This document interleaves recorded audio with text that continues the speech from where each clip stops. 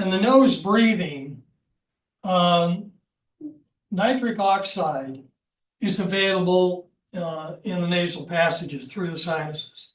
It is not available with mouth breathing. Now, nitric oxide, inhaling through the nose recruits the nitric oxide, which causes dilation of the blood vessels, which gives you greater oxygenation to the muscles. That's why we talk so much about nose breathing versus mouth breathing. There's some great literature on this that I won't go into at this point, but some of the ebooks I do. All right. Now, what has happened here? I have the tape on. So if you what we do know is with my carrying angle, if I bring this up, this hand up, add a little bit of knee flex, keep my eye on the camera, I have maximum rotation. I have greater than 90 degrees. Okay. And I can do the same thing on this side. So what Kevin observes and let me know is, well, not only do you have this angle, but what if I do this? I still have maximum rotation both ways. Now, any other way we've ever done this, we had shoulder restriction. In fact, let me take this off for just a moment.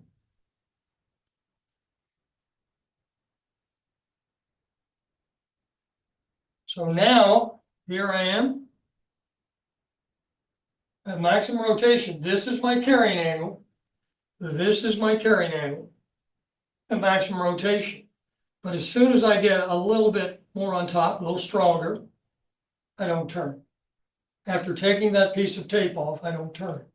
If I leave this on, I put it back on. I can show you both sides, by the way.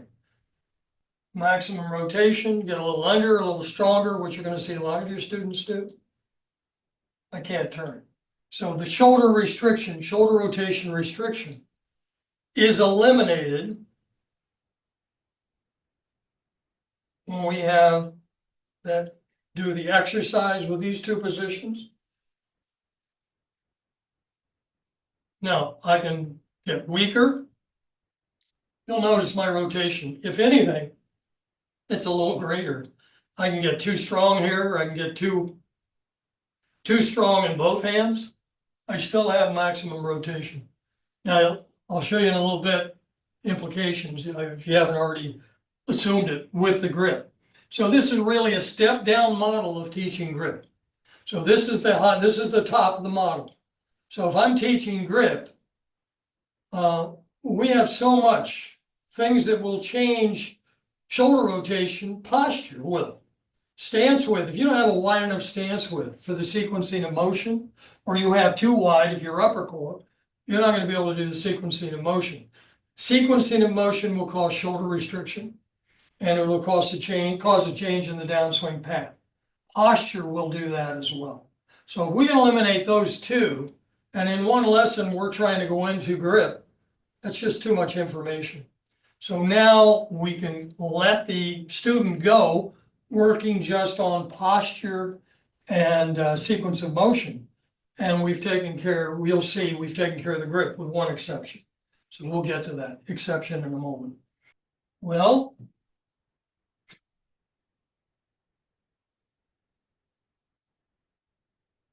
my hands will hang the same, no matter what stance width. And for years, one of the gold standards in golf teaching was grip the club the way your arms and hands hang at your side, but they change positions every time you change stance width. But you'll notice, no matter where I go, you see the same amount of white on this card. I have step forward, I'm square, step back, I'm square. I step forward, I'm square. So I lose all extra movement in walking very straight. And my lateral motion, I'm able to move freely in each direction. I was stuck trying to move to my right. Anyone with an open hip line is likely what you're going to see is they're restricted. We were doing a demonstration with a tennis pro, of this in Orlando a number of years ago. And with our other exercises, we were able to show this change. He said, I could never get to the ball when it was on this side. I really struggled. And with this increased lateral motion, balance changes dramatically. I showed you earlier, when I would go down, I would close my eyes, go down. I'll tend to want to pick something up on the side. Now when I go down, I have not only that, I have much deeper squat. And your students over time will have greater mobility, range of motion, but you'll see how even I'm taking a lot of stress off the body when I squat down to pick something up. So those are factors. Now let's go. Those are changes that you will see in general, and they're simple. And that exercise takes every bit of a minute and a half in one stance width. So easy for your students. Doesn't have a lot of demand on time, obviously.